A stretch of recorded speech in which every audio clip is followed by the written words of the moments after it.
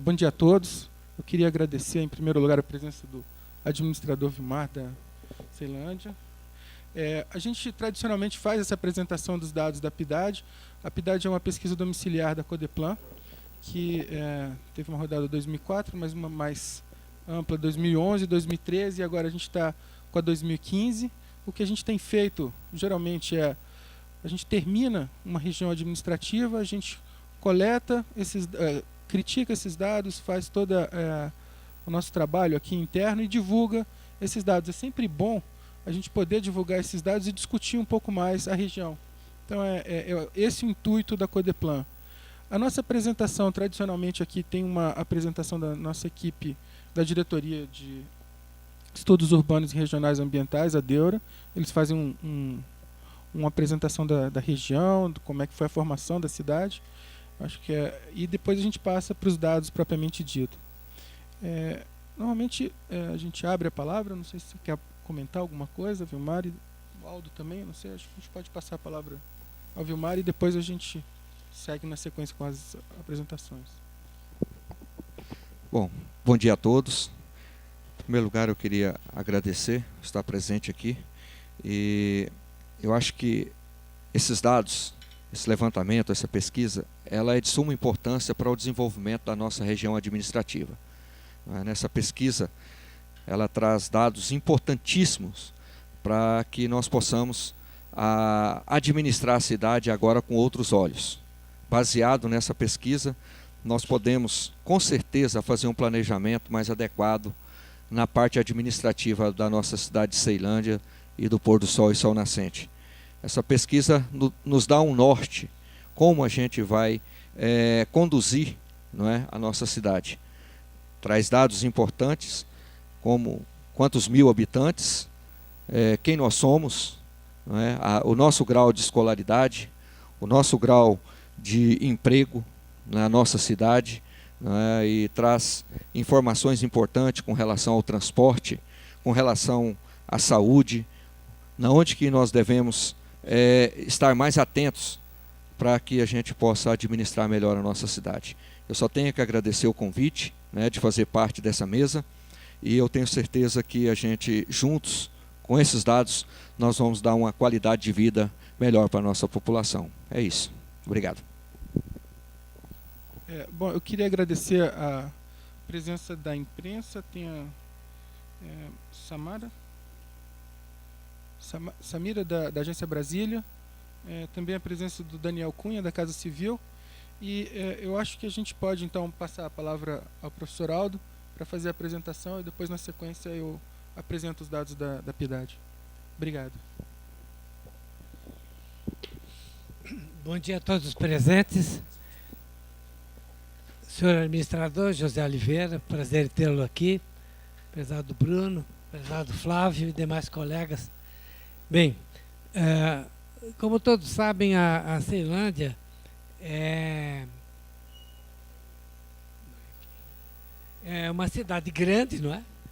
Depois o Bruno vai mostrar que são mais de 489 mil habitantes, num território bastante extenso, de quase 4 mil hectares, não é? E que é uma cidade não muito antiga, né? Porque ela é de 1971, e eu tenho, a rigor, uma história a contar, porque eu assisti à implantação da cidade em 1971, com os primeiros barracos sendo colocados. Essa foto aqui eu atirei subindo no caminhão que trazia as tábuas dos barracos, né? O barraco ficava no fundo do lote, para depois construir definitiva na frente. Esse menino estava ajeitando as coisas para colocar junto desse pequeno arbusto aqui para construir a casa. Então, ela vem de uma campanha de erradicação de invasões do governo Médici, que dizia que a favela que ficava na Vila do Iapi, ao redor do núcleo Bandeirante, era Iapi, Vila Tenório, Vila Sara Kubitschek, etc., Morro do Querosene e tal, feria a vista dele porque era uma pobreza enorme, não era favela mesmo. Então, pediu que se fizesse essa campanha, e aí, a partir de março de 71, o governador Hélio Prates foi examinar os primeiros momentos da cidade, né? Isso aqui é uma fotografia de Joaquim Firmino, de 70, né? Mas demorou quase um ano para começar a construção dos barracos, né? Foram 82 mil moradores dessas vilas aqui, não é? Que foram transferidos para o setor MN da Taguatinga Norte, que foi realmente que formou Ceilândia, né? Depois, em 76, 77, foram construídos os setores O e P. Depois também houve expansão do setor O e P e assim por diante, tanto que até hoje estão expandindo lá com o pôr do sol e sol nascente. O projeto urbanístico de autoria de Ney Gabriel de Souza tem 2 eixos cruzados, formando ângulo de 90 graus e uma espécie de um barril, como depois eu vou mostrar nos mapas, não é? Em 89 formou a RA de número 9 e desmembrada da RA 3 de Taguatinga. Aqui está ela, não é? Bem no oeste do Distrito Federal. Volta para mostrar, digamos, os confins, né, da Ceilândia, já fazendo o limite com Goiás. Aqui está a Ceilândia no todo do DF, né, com as diversas categorias que foram geograficamente, digamos, delimitadas, não é? A Ceilândia está na parte oeste, que é o número 9 aqui, não é? E se estendendo até mais ao norte com essa divisão em regiões, né? Na unidade de planejamento, que é o PT4. Aqui está ela de novo, com as diferentes ocupações, não é? Não tem anteriormente, mas esse miolo que está aqui, ele é anterior à ocupação de 75, mas, enfim, em 75 agrupa toda a parte mais histórica da cidade.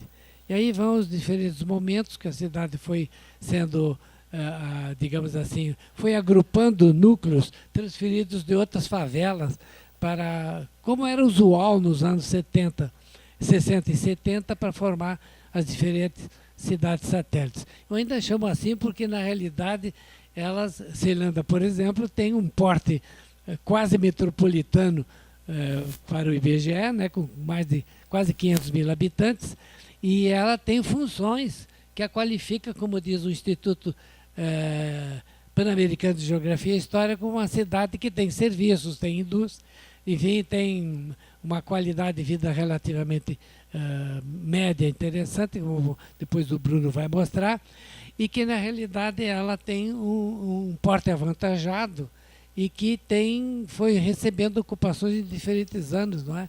Aqui está a legenda mostrando. E, inclusive, aqui o pôr do sol e, mais ou menos nessa área aqui, o sol nascente. A Ceilândia tem uma ocupação territorial que aqui está, não é? Aqui dividido nos limites, não é? Com Brasilândia ao norte, ao sul Samambaia, ao oeste Goiás e Taguatinga a leste. Aqui temos o zonamento territorial. O que é interessante é mostrar a zona urbana com 4.457 quilômetros quadrados, que é 19% da área total, que tem uma área rural muito grande, não é? Que é, digamos, muito superior, né? 18 mil quilômetros quadrados. E aqui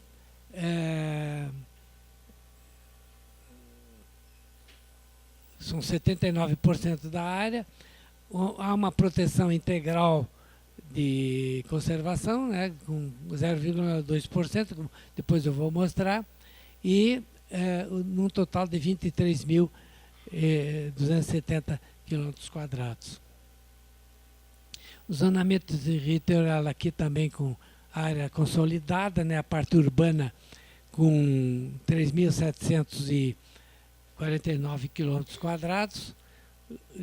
Então a parte urbana está bastante ocupada, né, 84% da área, urbanizável ainda tem 708, do que foi delimitado pelo PDOT, não é, de 2012, e 15% ainda com capacidade de receber área urbana. No total, os 4.457 km². A regularização urbana, nós temos aqui as áreas formais com 25%, não é? As áreas de regularização 74,59%, ainda tem muita área para regularizar. A parte formal é todo esse azul aqui, e a parte ainda para regularizar é esse amarelo e esse cinza aqui, que está constituindo os 74%. Aqui umas fotografias do pôr do sol, do Toninho Leite, né, que é o nosso fotógrafo oficial. Fomos lá um belo dia e fotografamos as ruas.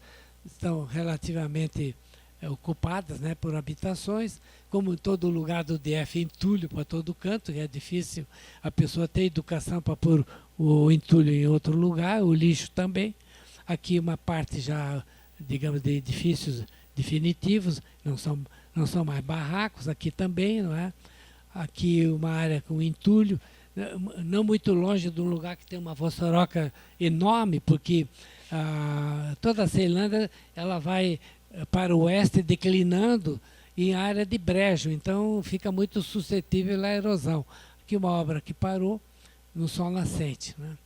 Bom, então é uma área de regularização urbana ainda em andamento. Aqui nós temos a ocupação urbana total, né, de toda aquela área, né, que a Ceilândia ocupando e a área rural com chácaras, né? Tem diversos parcelamentos isolados, né? Pequenas vilas, etc., que vão se desenvolvendo a partir das possibilidades até do relevo, porque aqui o relevo é muito movimentado, né? É muito suscetível a erosões e a vossorocas. Então, está aí discriminado todo com a ajuda da TerraCap, né? Que fez esse mapa. A gente tem uma ideia geográfica do todo urbano e do todo rural também. Aqui a barragem do Santo Antônio do Descoberto, que também faz limite com Brasilândia. Aqui as unidades de conservação não são muito grandes, mas são muito importantes para o futuro, não é? Aqui nós temos o PAC da barragem, né? Parque Ecológico Vivencial do Rio Descoberto. Depois do número 2 é o Parque Urbano de Corujas, né, que está aqui, bem, é pequenininho. Está falhando aqui o ponteiro. E o 3, que é lá perto do Sol Nascente, né, que é Parque Urbano Lagoinha. E o 4 é o Parque Urbano do Setor O, aqui mais ao norte da Ceilândia. Acho importante que isso seja, inclusive, depois, digamos, dinamizado, né? Porque ainda nós vamos mostrar fotografias que ainda está muito, digamos, a descoberto de ocupação humana. Aqui nós temos o Parque Vivencial do Rio Descoberto, com 300 e tantos hectares, né? Uma área grande, e pode ver que a gente praticamente vê relevo, né? A fotografia está tão bem feita, né, do IBRAM, ela mostra um relevo bem pronunciado, bem recortado por uma drenagem intensa, que daqui a pouquinho eu vou mostrar. Aqui está o objetivo de todos esses parques ecológicos é preservar as características ambientais de expressiva área de solos, flora, fauna e clima de uma região dos cerrados, e proteger o acervo genético, né, representativo da flora e da fauna nativas, e proporcionar a realização de estudos e pesquisas científicas, ensejar à população acesso a áreas específicas de educação ambiental e, sobretudo, de associativismo, prazer e de esporte e lazer, que tem uma certa visão de futuro no DF, né? Nem tudo pode ser urbanizado. Então, esse parque ecológico é da maior importância. Aqui tem o setor O, que é bastante recortado, né? Ele vem até aqui na parte mais leste, não é? E que tem 11 hectares. Aqui estão as fotografias do Toninho sobre. Não, isso aqui é do Parque Reatrigo Setoró. É sua, ô Toninho? Mostra ainda, como eu falei há pouco, a necessidade de ocupação humana, né? Então falta bancos, falta alguma área de lazer para as crianças, etc., né? E também mais arborização. Como depois eu vou mostrar na fotografia, a Ceilândia é muito carente de urbanização, o que é ruim até para o clima local, né? Aqui está o que eu falei há pouco, a drenagem da Ceilândia, a área rural sobretudo, é muito intensa, né? Com os rios todos demandando para Santo Antônio Descoberto, que é a grande bacia da Ceilândia, né? Nós temos o lago aqui ao norte, a área urbana aqui em cinza, não é? E a drenagem, que é importante para a questão ambiental. Agora, passando para equipamentos públicos, a Ceilândia tem muitas escolas públicas, né? 85 em azul, não é? Então, está geograficamente bem distribuídas. As escolas rurais são 5 que estão aqui no meio rural. E como não é muito povoado, então elas estão esparsas no território, né? A parte de saúde está em vermelho, tem um hospital, 10 centros de saúde, aliás, o hospital regional, 10 centros de saúde e 4 hospitais gerais. Delegacia de polícia está em verde, não é? São 5 delegacias, um batalhão militar, companhia regional de incêndio, 15 postos comunitários de segurança. A Ceilândia está bem dotada desse equipamento público. Apesar, e talvez por ter sido sempre uma cidade muito estigmatizada por ter a fama de violência, né? Aqui estão as escolas, o Toninho Leite tirou umas fotos interessantes, mostrando que os muros estão deixando de ser pichados para ser grafitado, né? O que é interessante. Então, aqui estão as escolas em azul. Centro de ensino médio, né? A escola classe da Ceilândia, que tem um muro importante. Aqui está desdobrada a parte de saúde, né? O hospital regional. E aqui o centro de saúde número 3 e aqui a UPA de Ceilândia. A parte de segurança, os antigos postos policiais, agora renovados com nova pintura, esperando que tenha um vilão aí que está pondo fogo neles, né? Certo é que é para pintar, mas é uma coisa que esse fulano deve ser maníaco, porque ele só destrói os postos antigos, né? E ainda bem. Bom, está também bem distribuída no território, a parte de segurança, não é? E aqui a rede de água. Ceilândia está coberta com 98% da população com rede geral da CAESB.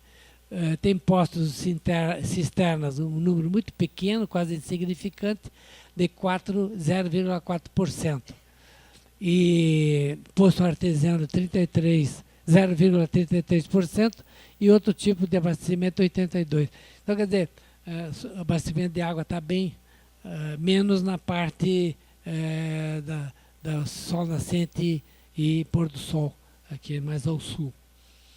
A parte da rede de esgoto também se ressente o que está aqui em cinza, embora a Ceilândia tenha 80%, quase 81% da população bem servida de esgoto, mas ainda tem muita fossa séptica, 11%, e fossa rudimentar elevadíssima, 7% para uma área urbana tão grande. Mas isso está sendo melhorado agora com o governo colocando esgoto na parte das favelas, né, do pôr do sol e sol nascente.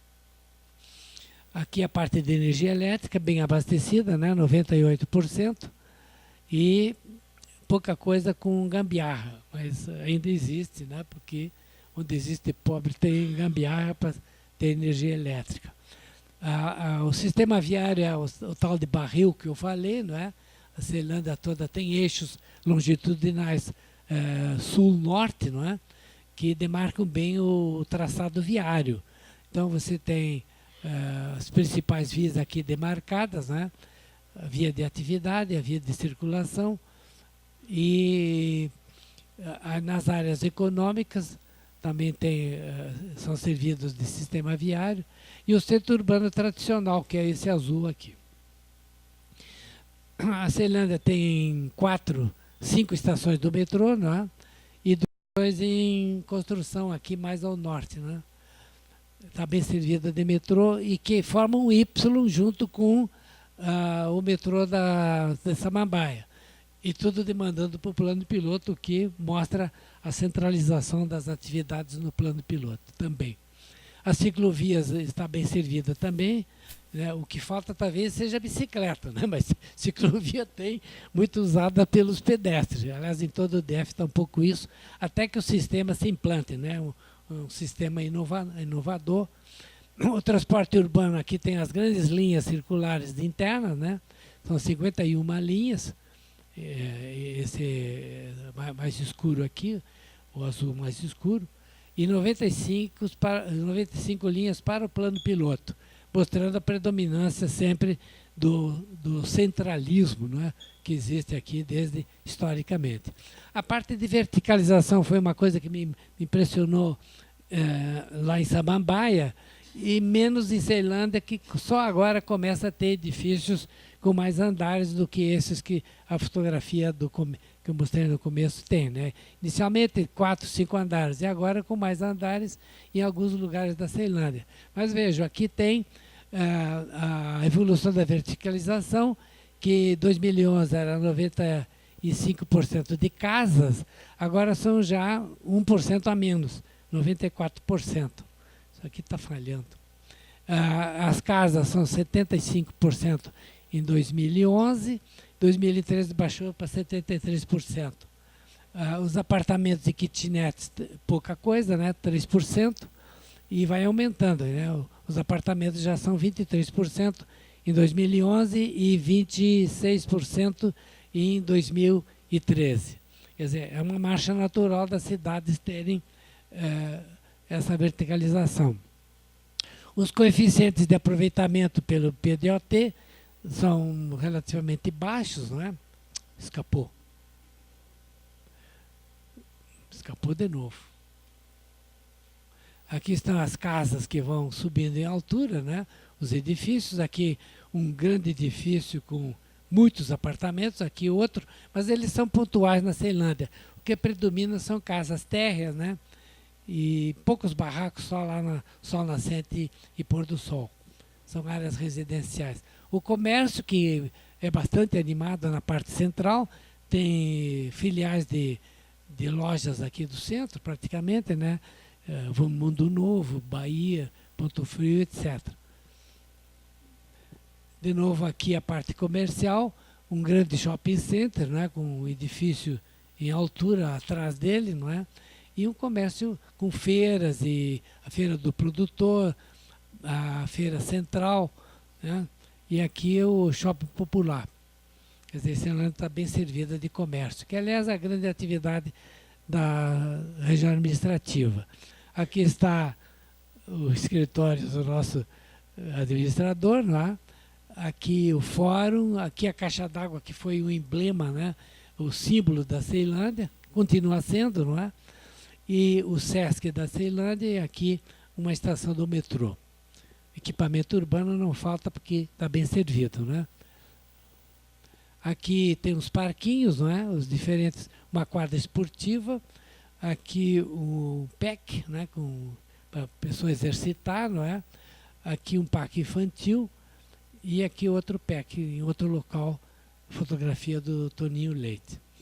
Equipamento, né? Aqui é a Universidade de Brasília, não é? A Faculdade da Ceilândia, com as diferentes faculdades, né? Ela é uma universidade, é um desdobramento, né? Um campus número 2, que não foi sem tempo que fizeram para a Ceilândia, aproximando o curso superior da população mais desvalida, digamos assim, ou com menos posse do que do plano piloto.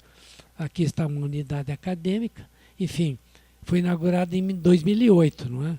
Não faz muito tempo. E os cursos são enfermagem, farmácia, fisioterapia, fonoaudiologia, saúde, saúde coletiva, terapia ocupacional. Geralmente cursos que têm interesse para as cidades satélites. Aqui a Casa do Cantador, uma obra do Niemeyer, né, mostrando o interesse que já havia em 86 para a cultura da Ceilândia, que é muito ligada ao mundo nordestino. Não é? Então foi uma coisa boa que se construiu na Ceilândia. Era isso. Obrigado. Aí um panorama geral, geográfico e arquitetônico e urbanístico, a equipe a qual eu agradeço, a Eliana, o Sérgio, enfim, todos os que colaboraram, Maria Perpétua, José Geraldo, Ana Luísa, Ana Carolina, o Jade e a Mônica, que também colaborou na feitura geral da nossa apresentação. E obrigado ao Toninho Leite por ter feito as fotografias. Passo agora a palavra para o Bruno, para a apresentação dos dados da Ceilândia. Bom, bom dia então de novo. É sempre bom apresentar depois do professor Aldo, porque ele bota muitas fotos, mapinhas, e o que eu vou apresentar agora são gráficos e tabelas, então eu acho que fica mais interessante a apresentação depois do professor Aldo. Então, como eu disse no início, a ideia é a gente apresentar então os dados da Ceilândia. A gente faz essa pesquisa, a gente está em campo, ainda está em campo. Eu queria agradecer toda a equipe, a Raquel está aqui, o Carlos Reis, eu tinha visto a Ana também. É uma equipe muito grande para conseguir trazer esses números. Eu sempre digo isso, a gente tem um esforço grande aqui na Codeplan de conseguir levantar esses números. A gente tem um esforço enorme, mas eu acho que compensa com as palavras que o administrador trouxe aqui. Quer dizer, o nosso objetivo sempre é de poder auxiliar no planejamento e pensar a nossa cidade e as regiões administrativas. Então, o que a gente vai fazer... aqui a gente tem o mapa da cidade. É sempre importante lembrar que a nossa pesquisa é feita nas áreas urbanas ou áreas rurais com características urbanas. Então, a pesquisa sempre é feita nessas áreas. A gente tem ali as áreas que foram cobertas, os setores censitários que foram cobertos pela pesquisa. O que eu tenho agora, a gente vai fazer um comparativo, e a vantagem da gente já ter feito outras pesquisas é que a gente pode ter esse retrato e olhar um pouquinho, como se fosse um filme, né, da evolução ao longo do tempo. Então, a gente ainda não fechou todo o Distrito Federal. A gente tem algumas, são 13 regiões administrativas que a gente já terminou. Então, a gente vai comparar até o que a gente já tem até agora e com o passado, o DF. Então, aqui esse quadro, ele traz uma ideia de Ceilândia 2011, comparado com o DF 2013 e 2015. O DF a gente ainda não tem, porque a gente não fechou todas as regiões administrativas. Então, o que a gente tem aqui, eu acho que esse ponto o professor Aldo destacou, muito importante. A gente está falando de uma população de 489 mil pessoas. Isso é uma cidade de porte médio, né? E aí a gente tem a evolução, comparativo com o DF aqui 2011 e 2013. Total de domicílios estimado 142 mil, lá na última coluna. Esse aqui está falhando.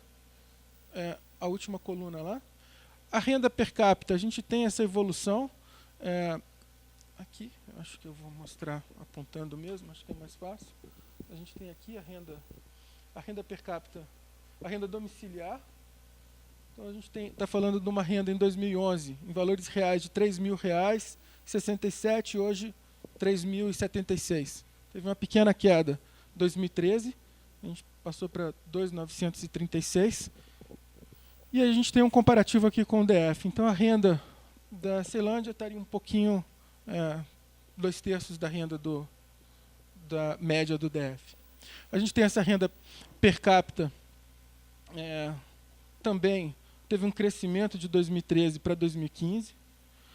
O número de moradores por domicílio é maior na Ceilândia do que no DF, do que a média do DF.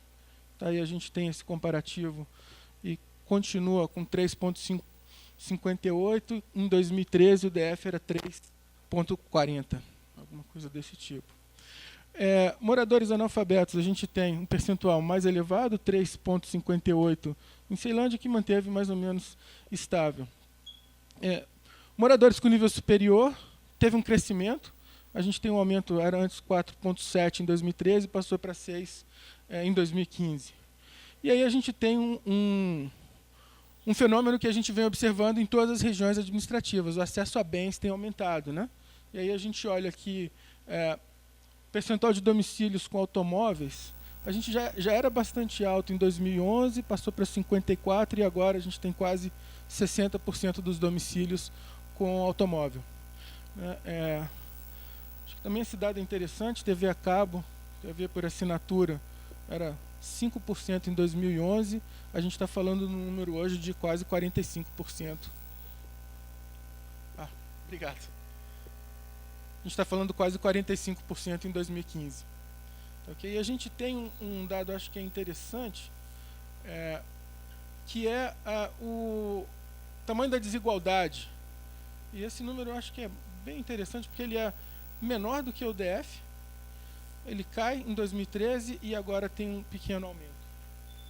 Eu acho que esse é um ponto depois que a gente pode depois discutir e pensar um pouco.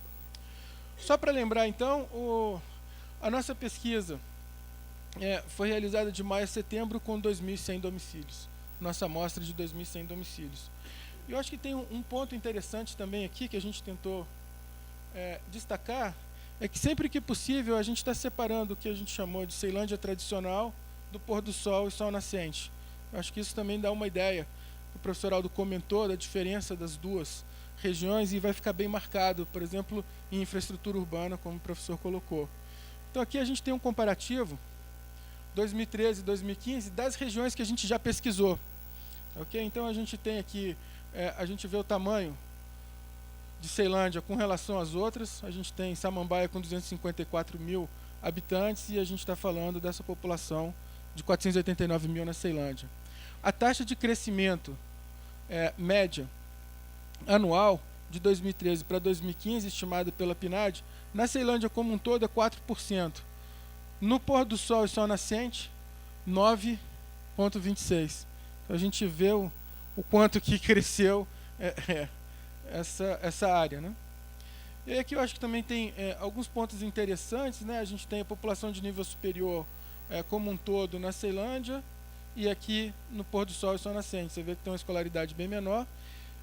E aqui é o número de crianças sem alfabetização, praticamente todas as crianças com alfabetização. Em 2015 a gente tem quase todas as crianças alfabetizadas. Acho que essa eu acho que é uma história interessante, que vai ficando cada vez mais rica, cada vez que a gente vai tendo novas regiões administrativas. Aí aqui a gente tem um comparativo também que é interessante, que são os postos de trabalho, onde as pessoas trabalham. Essa eu acho que é uma grande riqueza da PIDAD, é a gente saber, elas ser representativas para as regiões administrativas e onde as pessoas trabalham. E aí aqui a gente tem um comparativo que eu acho que é bastante interessante do que o professor Aldo estava comentando, da cidade como um polo de serviços e emprego. A gente tem dados aqui interessantes, porque a gente tem, olha, 2013 e 2015 eram 54 mil postos de trabalho no plano piloto. Quer dizer, das pessoas que moram em Ceilândia, 54 mil trabalhavam no plano piloto. Isso dá 28% do total das pessoas trabalhando. É um percentual baixo comparado com as outras regiões administrativas. Por exemplo, se a gente olha o Guará, 50% trabalha no plano, Riacho Fundo, 41%. Isso é comparável a Samambaia, né? E Brasilândia, que era um dos mais baixos, 25%, por ser mais afastado e mais rural. Então, acho que esse é um número interessante da pesquisa. Né? E quando a gente olha também para o sol nascente, a gente tem ainda menos pessoas trabalhando no plano piloto, 17% só das pessoas trabalham no plano. Tá? E aí, quando a gente olha para o outro lado, né, postos de trabalhos na própria RA, quer dizer, a pessoa mora naquela região administrativa e trabalha naquela região administrativa. Quando a gente vai olhar para a Ceilândia, 37% das pessoas trabalham e moram na própria região administrativa. E no pôr do sol nascente, 46%. Quer dizer, quase metade das pessoas trabalham na própria RA de Ceilândia.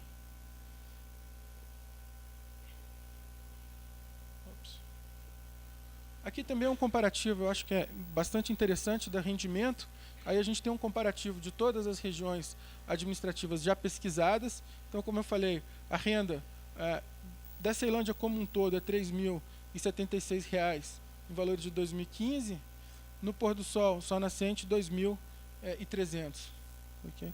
Se a gente pega a Ceilândia tradicional, alguma coisa como 3.500. É isso, né? Perto de 3.500. E aí a gente tem os valores. Aqui o interessante, de novo, que dá para a gente comparar, então, a renda, né, com as outras regiões administrativas. Então, a gente está falando de 3.000, uma renda comparável, 3.076, comparável ao Riacho Fundo 2, Santa Maria, Planaltina. Mas quando a gente olha para o pôr do sol e sol nascente, a gente está falando de uma renda bem mais baixa, por exemplo, que o Paranoá.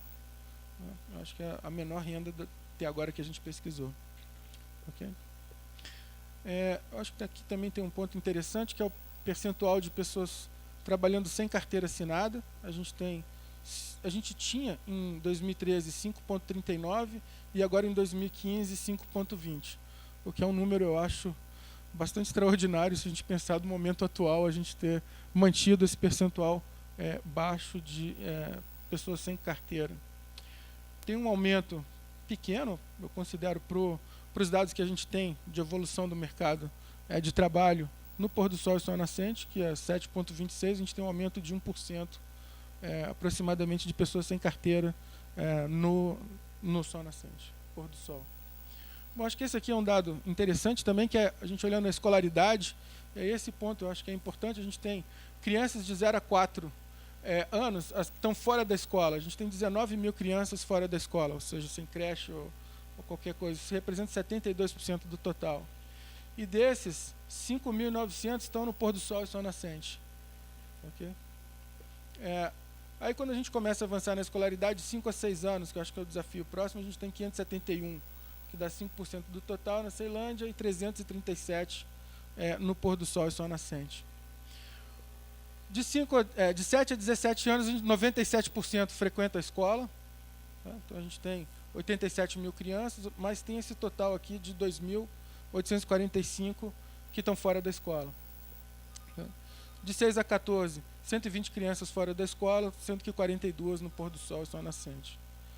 Aí a gente tem aqui também, eu acho que esse dado é interessante, a gente 18 a 25 anos, 36% estão estudando.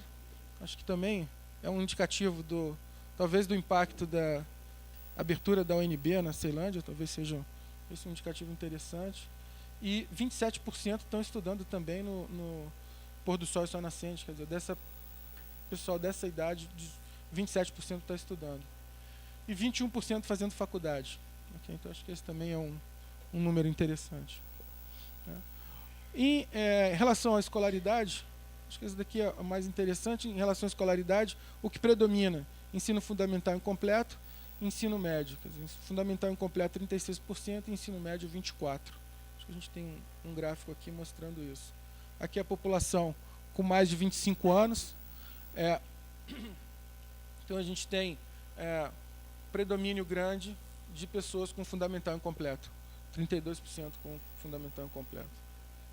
E o médio também relativamente alto, 30%. E a gente tem aqui quase 8% da população com nível superior. Okay. Bom, aqui é uma distribuição que é interessante daquele pessoal que não tinha carteira, qual a escolaridade desse pessoal. E aí a gente vê que tem um percentual um pouco maior no fundamental incompleto do que a média da população que a gente tinha visto antes, mas ainda tem um pessoal também com superior médio completo e alguma coisa aqui de superior completo. Okay? Então essa é a distribuição das pessoas com informal, que estão sem carteira.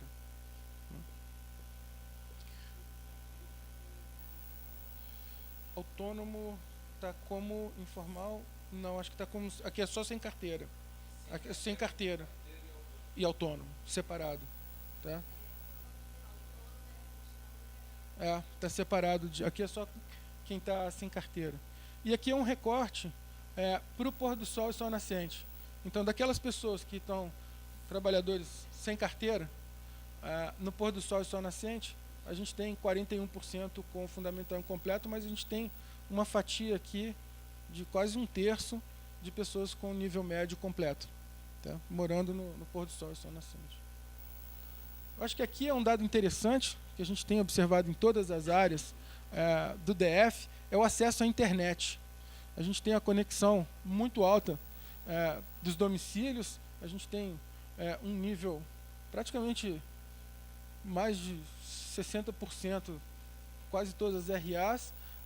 Ceilândia, a gente tem 65% da população conectada à internet, né? E quando a gente vai olhar para jovens, esse número sobe para 86%. E interessante que no pôr do sol, sol nascente, 54%, quase 55% da população está conectada à internet e jovens 72%. Acho que esse número é um número bastante interessante, né? Que a gente tem esse acesso à internet muito alto. Aqui, acho que, de novo, é um detalhamento daquele dado de onde as pessoas trabalham. Então, a gente tem aqui, a gente separou por recorte de escolaridade. Então, aqui, ensino fundamental incompleto, aonde as pessoas trabalham. Então, quem tem fundamental incompleto tende a trabalhar na própria região administrativa. Isso é um padrão que a gente tem observado em todas as outras regiões administrativas que a gente pesquisou. Então, metade das pessoas com fundamental incompleto trabalham na própria região administrativa. E aí depois você tem 21% trabalhando em outras regiões. Tá? Acho que esse número também é interessante, 11% em vários locais, e aí aqui entra muito autônomo. Né? A gente tem um percentual, mais ou menos 10% da população como autônomo. Né? E 17% trabalhando no plano piloto. E quando a gente vai olhar, então... nível superior, aí a figura muda. A gente tem 38% trabalhando no plano piloto e 30% em Ceilândia. Então, acho que essa é uma grande mensagem. 24% aqui trabalhando em outras regiões, aqui muito forte Taguatinga, né? E vários locais a gente diminui para 3,75. Então, a gente tem de novo aqui aquela ideia do autônomo menos qualificado. Aqui a gente tem também um meio de transporte que a pessoa vai ao trabalho. Então, esse também é interessante, quer dizer, a gente olhar fundamental incompleto, grande parte das pessoas se deslocam de ônibus. A gente tem uma parcela aqui de 15% que vai de automóvel. Né? A gente tem uma parcela grande também que vai a pé, 18% das pessoas vai a pé, porque eles tendem a trabalhar na própria região administrativa.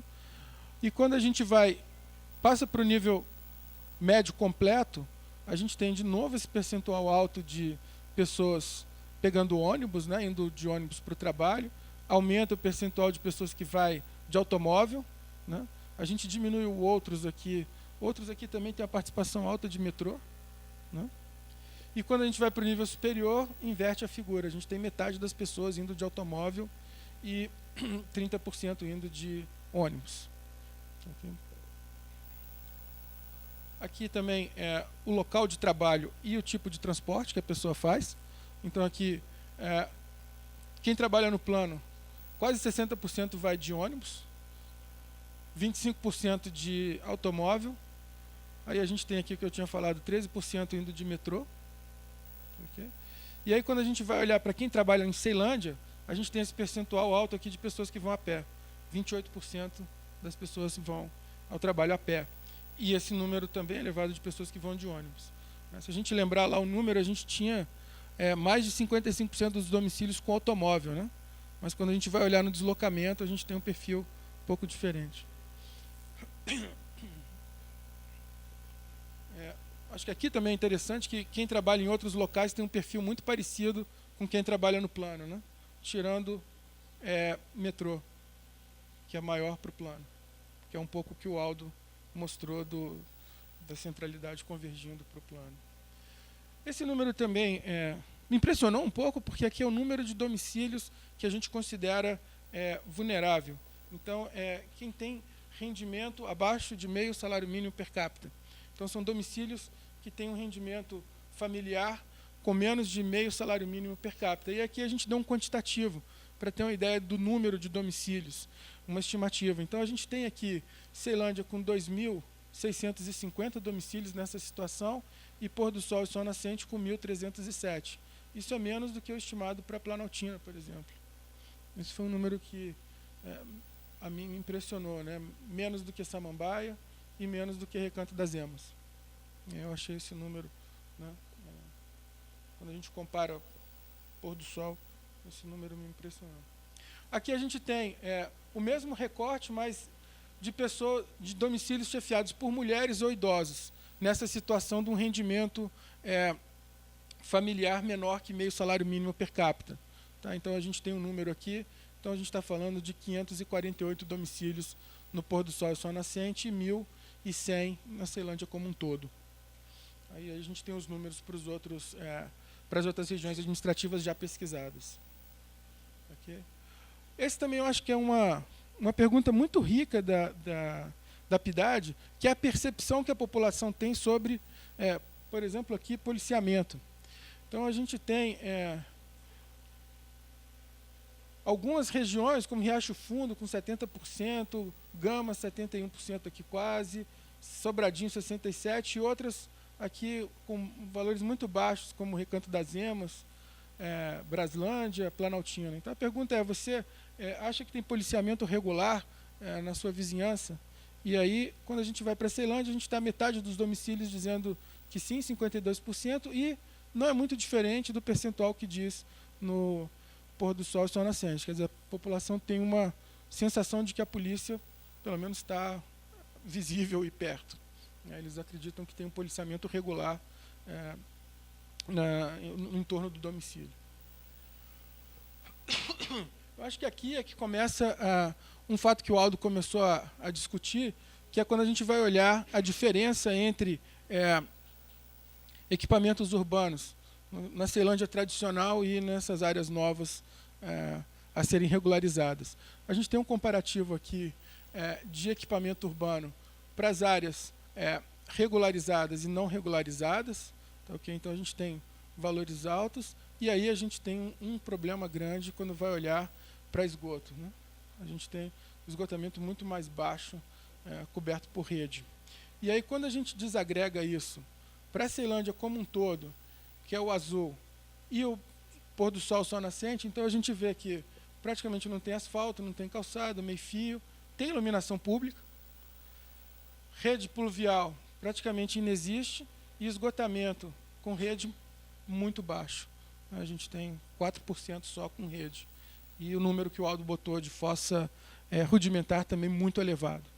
Muito, muito elevado. Então aqui a gente tem claramente essa diferença de infraestrutura urbana entre as duas regiões. Então, pontos importantes, né? Praticamente metade da população está entre 25 e 59 anos. A gente tem crianças de 0 a 14, 21% do total, idosos 17%. No pôr do sol, sol nascente, é uma população menos idosa, mais nova, né? A gente tem mais crianças e menos idosos. As ocupações, a distribuição por setor de atividade, comércio é a principal atividade, serviços gerais e construção civil. A gente tem abastecimento de água, energia elétrica, coleta de lixo, cobrindo praticamente toda a região. O esgotamento sanitário, que é um problema, né, que a gente tem, quando a gente separa Ceilândia do pôr do sol, sol nascente, a gente tem 56% com fossa séptica e quase 40% com fossa rudimentar. E eu acho que aqui também é um outro ponto interessante que a gente pode discutir depois. Coleta de lixo é realizada só em 26% no pôr do sol, sol nascente, 26% dos domicílios. 28% jogam em lugares impróprios e 47% dão outros destinos. Então a gente tem essa diferença e a necessidade de ampliar a infraestrutura. Esses são os números. Bom, acho que a gente pode recompor a mesa e abrir para perguntas, comentários, e eu agradeço.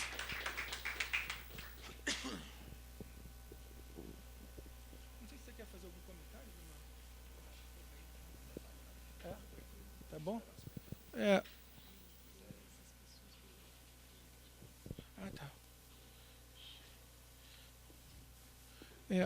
Agradecer então a presença do Cleiton Almeida, que é assessor da administração, né? E o Antenor Bezerra, também morador da Ceilândia. A gente abre para perguntas, então, comentários, questões. A imprensa, não sei se tem algum ponto a fazer. Bom, Flávio.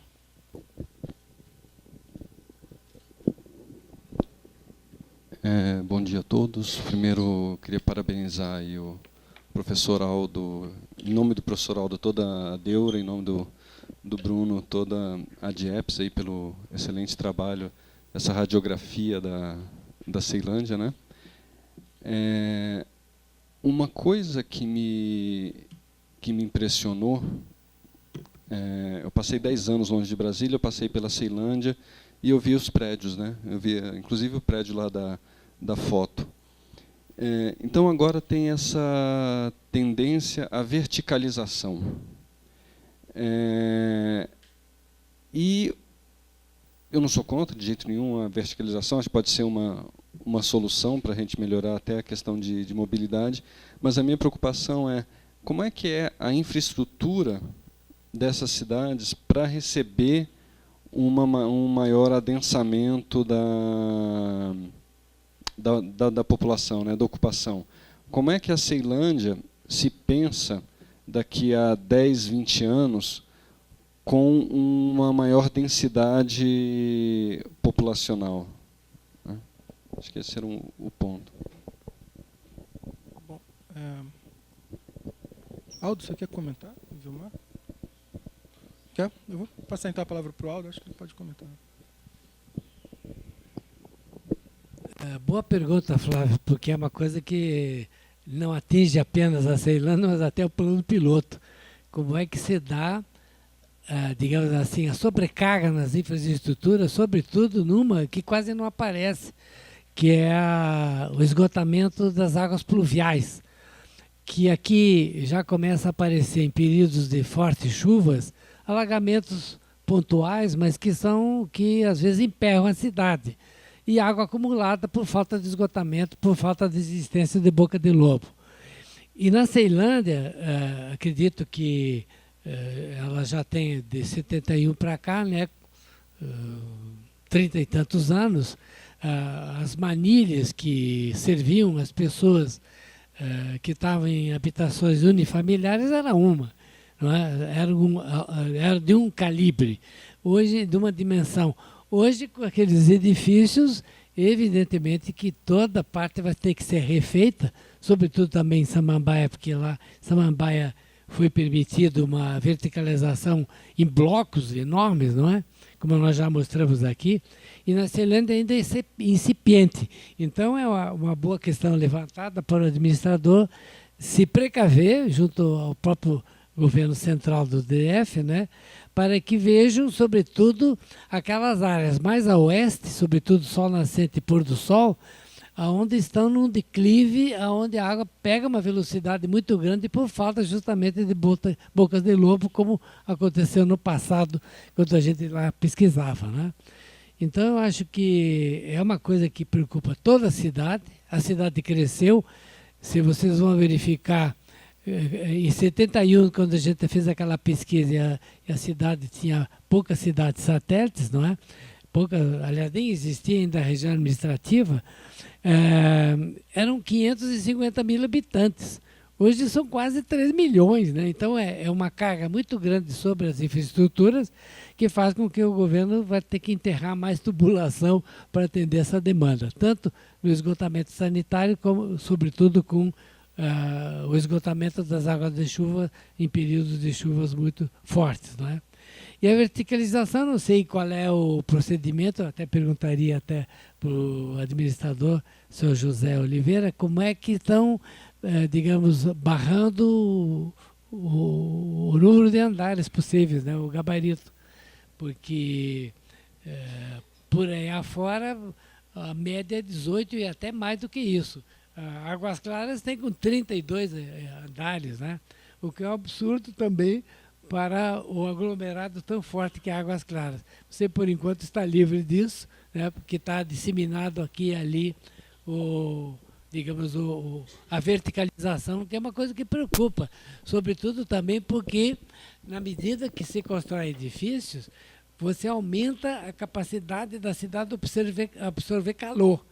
Então, Águas Claras, por exemplo, é uma ilha de calor de certeza, que dá desconforto por muito tempo, até às vezes até a madrugada, né? Porque todos os edifícios guardam a energia solar que bate forte no fim da tarde, não é? E que, eventualmente, no inverno faz com que o vento, né, também cause desconforto à população.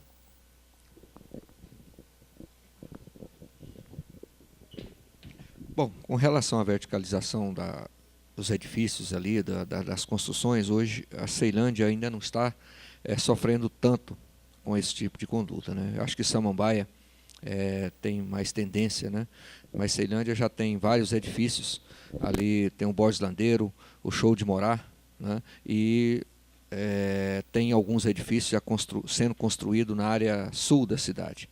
Então, por enquanto, a gente ainda não está sofrendo tanto com esse problema. Mas nós estamos preparando, já estamos trabalhando junto com a Nova Cap, com a Secretaria de Obras, para trabalhar em cima dessa questão das águas pluviais. Vocês sabem, nos jornais, na televisão aí, com relação ali próximo ao viaduto, que sofre constantemente com os alagamentos ali.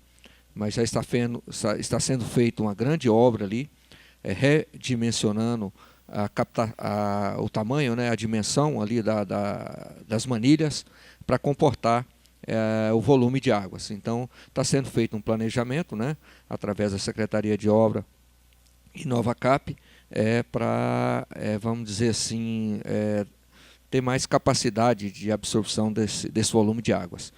Nós temos o pôr do sol e sol nascente, que no trecho 1 já está sendo feito toda a captação de esgoto, da drenagem de água pluvial, está sendo feito várias bacias, se não me engano são 8 no total, nos 3 trechos, né, que vai comportar bastante a captação dessas águas. A rede de esgoto ela já foi iniciada há algum tempo atrás, mas eu creio que já precisa de fazer um redimensionamento da vazão da rede de esgoto.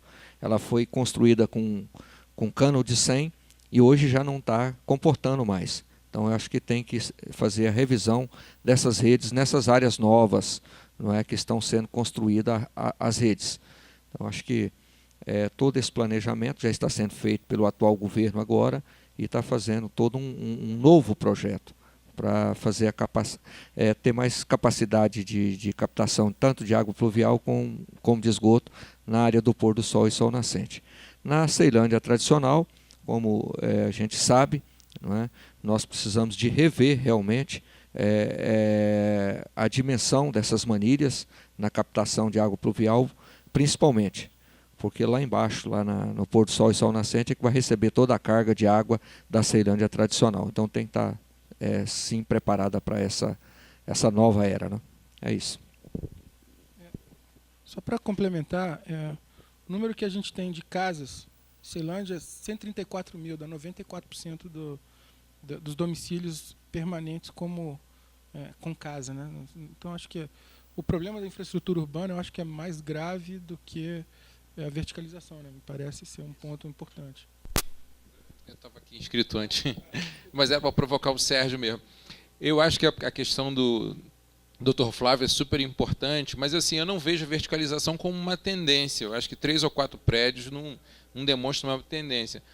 E eu não tenho medo da verticalização, o problema é o tamanho que ela é feita. E se eu fosse olhar, não sei que dados você tem da taxa média de geométrica de crescimento, você podia até mostrar de novo, porque eu não vi ali, como é que é em relação às outras RAs.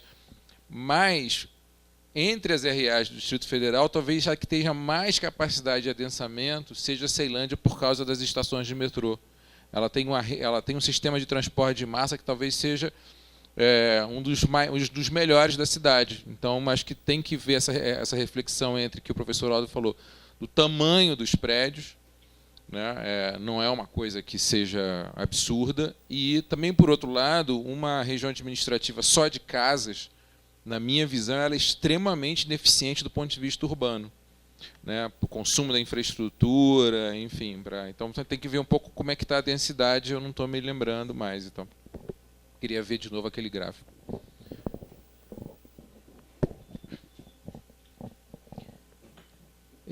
Bom, o que eu queria também fazer um comentário sobre...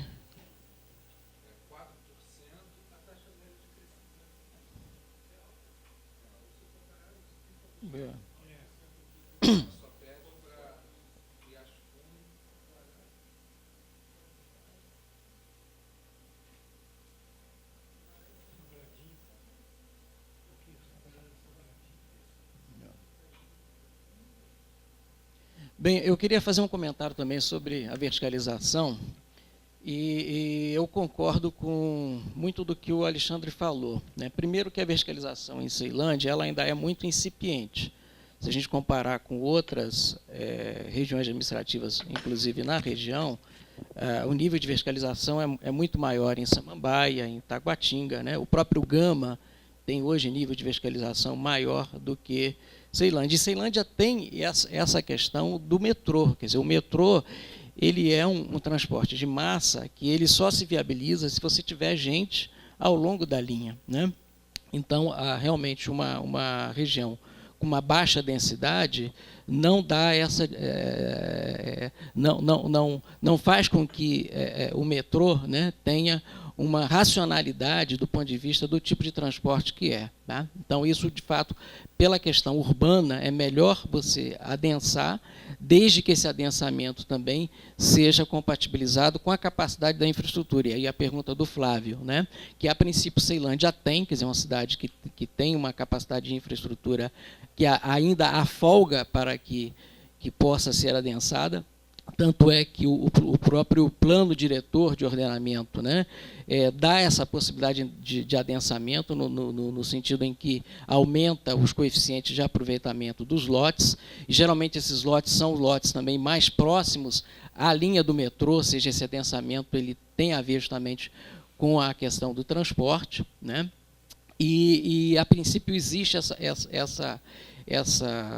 a capacidade de suporte da infraestrutura, ela suportaria um adensamento ainda maior, tá? Agora, evidentemente que é necessário ver questões pontuais, como essa da drenagem, que Ceilândia tem uma área muito sensível do ponto de vista à erosão, que é justamente a área da ocupação do pôr do sol e sol nascente, e aí não depende nem da verticalização, ou seja, a densidade também ela pode acontecer sem necessariamente haver verticalização, né?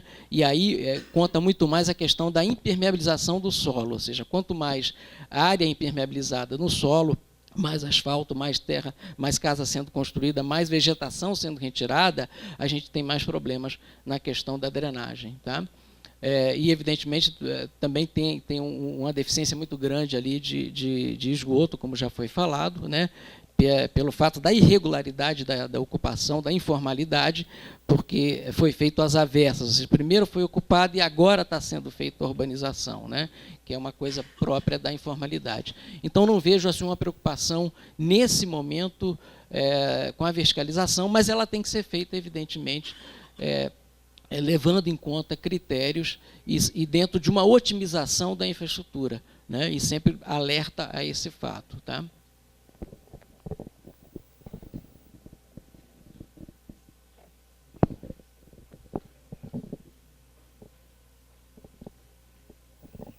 Apenas complementando o que o Sérgio comentou, a questão de quando se faz o planejamento da cidade, principalmente na hora que está se verificando e estudando e analisando alterações nos planos ou nas normas urbanísticas de construção, esse trabalho não é feito unilateralmente, né, pelo urbanista. Esse trabalho é acompanhado também pelas empresas que dão a infraestrutura.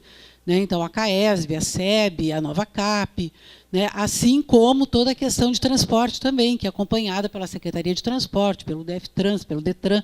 Então, é um trabalho multidisciplinar. Então, quando se estuda isso, já se prevê, dentro dessas estruturas, já se tem uma noção do que pode comportar, inclusive, os aquíferos podem comportar. Agora, a questão toda também é que, à medida que o plano diretor vai sendo implantado, também tem que ser implantadas as obras necessárias para essa infraestrutura. E aí são questões também que devem ser cuidadas, porque aí entra, vamos dizer, como o Sérgio falou, nas questões pontuais. né, os terrenos que são suscetíveis, as áreas que estão sendo mais ocupadas, como que estão essas redes, o que de obra precisa para complementar, para que essas redes não fiquem deficitárias. Eu acho que, há algum tempo atrás, não houve esse planejamento, não é? Principalmente nas regiões que estão surgindo agora, tanto no pôr do sol como sol nascente, e grande parte da nossa área rural, que é muito próxima à área urbana, também tem que se pensar, né? E o governo tem pensado muito nesse planejamento. Vocês vejam bem, o pôr do sol, ela é uma região que ela teve um pouquinho de planejamento, não é? Então ele é bem melhor do que o sol nascente. O sol nascente é uma região que ela não teve praticamente nenhum planejamento. E hoje é uma cidade aí, acredito eu, que está chegando aí quase os seus 100 mil habitantes, e sem nenhum planejamento. Não houve planejamento nos governos passados. Foram deixando, e hoje está uma situação um pouquinho complicada. Mas nós estamos tendo um rigor, né, com relação à ocupação do solo, principalmente nessas áreas. Vocês estão vendo aí, várias regiões estão sendo removidas, as residências, porque não teve planejamento ali, então realmente está virando um tipo de favela. Então nós estamos bastante atentos a isso aí. E tem uma outra situação que você disse, nós temos que nos atentar com relação à rede de esgoto realmente. Nós estamos chegando ao nível de residências já realmente dentro da área ambiental. Tem muitas residências que já estão sendo construídas numa área realmente de preservação ambiental. Estão aterrando várias nascentes, até lagoas, para se construir casas. Então a gente está com bastante rigor nessa situação para a gente controlar essa situação da ocupação desordenada do solo. Então nós estamos bastante atentos a isso aí e acredito que com essa iniciativa do governo de se regularizar, igual está sendo feito o trecho 1, o trecho 2 já está em fase bastante avançada, grande parte do trecho 2 já está sendo lançado algumas obras, né, e o trecho 3 está sendo discutido como regularizar, porque o trecho 3 é uma área que ela tem bastante área de preservação ambiental. Então a gente tem que estar bastante atento nessas situações. Com relação à verticalização, eu acho que é tendência mesmo, né? Eu acho que tem que se verticalizar mesmo, construir Ceilândia em várias áreas, não só de prédios muito altos, mas já está sendo construído vários prédios de nível médio, 4, 5 andares ali, principalmente próximo às áreas de metrô, próximo às áreas de faculdade, do IESB, por exemplo, ali, próximo ao SESC, né? Aquela avenida ali, se vocês observarem, grande parte está se transformando de casas para prédios médios, né? 3, 4, até 5 pavimentos. E nós temos não sei se é uma tendência, mas a gente tem que ficar bastante atento a isso aí, que assim que foi inaugurado o centro administrativo, que vai ficar naquele eixo ali, Samambaia, Ceilândia e Taguatinga, realmente vai ter uma explosão ali de prédios de médio porte. E já está sendo construído alguns prédios ali próximo ao centro administrativo, que vai abrigar, logicamente, muitos servidores e acho que muitos servidores vão migrar para aquela região administrativa ali entre Samambaia, Taguatinga e naquela parte ali na área sul da Ceilândia. Bom, não sei se tem mais alguma pergunta. Eu queria agradecer muito ao administrador Vilmar. A ideia nossa... Wilson, desculpa. A ideia nossa com a apresentação desses dados é exatamente essa, a gente poder debater e ter esse raio-x da cidade, né? Acho que esse é o trabalho que a Codeplan faz, a gente está à disposição. Qualquer outra informação que você precisar, a gente está à disposição. Queria agradecer também ao professor Aldo, a apresentação, a equipe da Deura, a equipe da DIEPS também, todo trabalho e coleta dos dados, a atenção que é feita à pesquisa, e agradecer a todos pela presença, né? A gente está à disposição. A próxima divulgação, a gente ainda não está com data, né? A gente está fechando, a gente está em campo agora, Taguatinga Parkway, tá certo. Bom, a gente deve ter daqui, acho que fevereiro, né? Eu acho que vai ser a próxima, deve ser fevereiro. Ah. Bom, então eu agradeço a presença de todos. O presidente está em viagem, não pôde estar presente, se desculpou. O presidente substituto também estava numa reunião e também se desculpou da ausência aqui. Ele sempre está presente e espero ter cumprido o papel aqui. Obrigado.